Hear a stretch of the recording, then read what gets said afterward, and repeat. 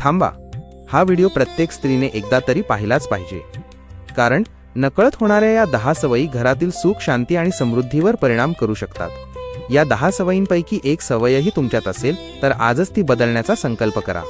स्वामी समर्थांचे हे मार्गदर्शन प्रत्येक घरासाठी प्रेरणादायी आहे। चला तर ऐकूया त्या कोणत्या 10 सवयीबद्दल स्वामी आज आपल्याला उत्तम असे मार्गदर्शन करत आहेत। श्री स्वामी समर्थ, जय जय स्वामी समर्थ। नमस्कार भक्तांनो, आजचा संदेश प्रत्येक आई, पत्नी, बहीण आणि मुलीसाठी आहे। हा कोणालाही दोष देण्यासाठी नाही, तर घरात प्रेम, शांती आणि आनंद वाढवण्यासाठी आहे। स्वामी समर्थ जणू आज प्रत्येक स्त्रीला प्रेमाने सांगत आहेत, बाळा, तू या घराची शक्ती आहेस। तुझ्या शब्दांनी घर स्वर्गही बनू शकते आणि कटुवाणीने घरात अशांतताही निर्माण होऊ शकते। म्हणून नेहमी प्रेम, संयम आणि श्रद्धा जप। नक्की कोणत्या त्या 10 सवयी करू नये व काय करावे यावर स्वामींनी सविस्तर सांगितले आहे, तर चला जाणून घेऊ। 1. कटुवाणी बोलू नका। रागाच्या भरात बोललेले शब्द वर्षानुवर्षे जखम करून जातात। पती, सासू सासरे, मुलं किंवा इतर कोणाशीही अपमानास्पद भाषेत बोलू नका। काय करावे? गोड शब्द बोला। मतभेद असले तरी आदराने संवाद साधा। 2. सतत तक्रारी करू नका। प्रत्येक गोष्टीत दोष शोधण्याची सवय घरातील आनंद कमी करते। काय करावे? कृतज्ञता ठेवा। जे आहे त्याचे मोल करा आणि सुधारण्यासाठी शांतपणे प्रयत्न करा। 3. दुसऱ्यांची निंदा आणि चुगली टाळा।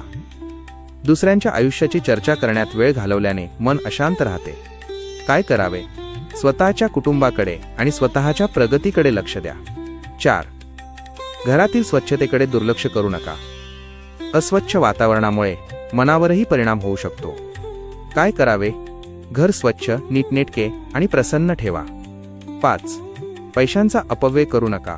विचार न करता खर्च केल्याने आर्थिक ताण वाढू शकतो। काय करावे? बचत करा, नियोजन करा आणि गरजेनुसार खर्च करा।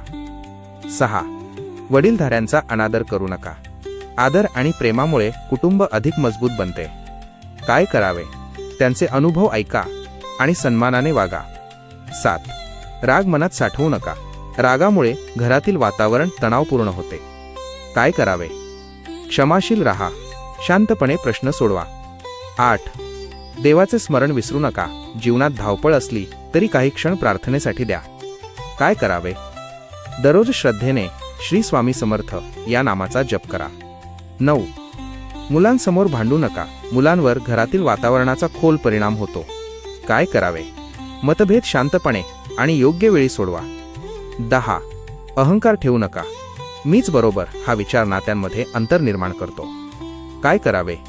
नम्रता ठेवा, चूक झाली तर माफी मागा आणि प्रेमाने नाती जपा। स्वामी समर्थांचे प्रेरणादायी मार्गदर्शन। बाळा, घरात सुख आणणारे धन नाही तर प्रेम आहे। घरात शांती आणणारे दागिने नाहीत तर संयम आहे। घरात लक्ष्मी टिकवणारी वस्तू नाही तर सदाचार, प्रामाणिकपणा आणि परस्पर आदर आहे। तुझ्या ओठांवर स्वामींचे नाम असू दे। तुझ्या मनात दया असू दे। तुझ्या वागण्यात नम्रता असू दे। मग तुझ्या घरात आनंदाचे वातावरण नक्की वाढेल। लक्षात ठेवा भक्तांनो, घरातील सुख, शांती आणि समृद्धी ही फक्त स्त्रीवर अवलंबून नसते। पती, पत्नी, मुलं आणि वडीलधारी प्रत्येकाने प्रेम, आदर आणि जबाबदारीने वागल्यासच घर खऱ्या अर्थाने आनंदी बनते। चला, आज आपण सर्वजण एक संकल्प करूया, कटू शब्द बोलणार नाही, दुसऱ्यांची निंदा करणार नाही, रागावर संयम ठेवू, पैशांचा आदर करू, घर स्वच्छ ठेवू, वडीलधाऱ्यांचा सन्मान करू, दररोज स्वामींचे नामस्मरण करू, प्रत्येकाशी प्रेमाने वागू। शेवटचा स्वामी संदेश, भिवू नकोस बाळा, श्रद्धा ठेव, सबुरी ठेव आणि सदाचाराचा मार्ग सोडू नकोस। प्रेमाने जग, सत्याने वाग आणि प्रत्येकाला आपले माननीय।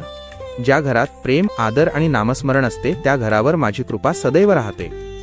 श्री स्वामी समर्थ। हा संदेश आवडला असेल तर व्हिडिओला लाईक करा, शेअर करा आणि भक्ती स्माइल स्टुडिओ चॅनलला सबस्क्राईब करून स्वामी समर्थांचे प्रेरणादायी संदेश प्रत्येक घरापर्यंत पोहोचवा। श्री स्वामी समर्थ। जय जय रघुवीर समर्थ।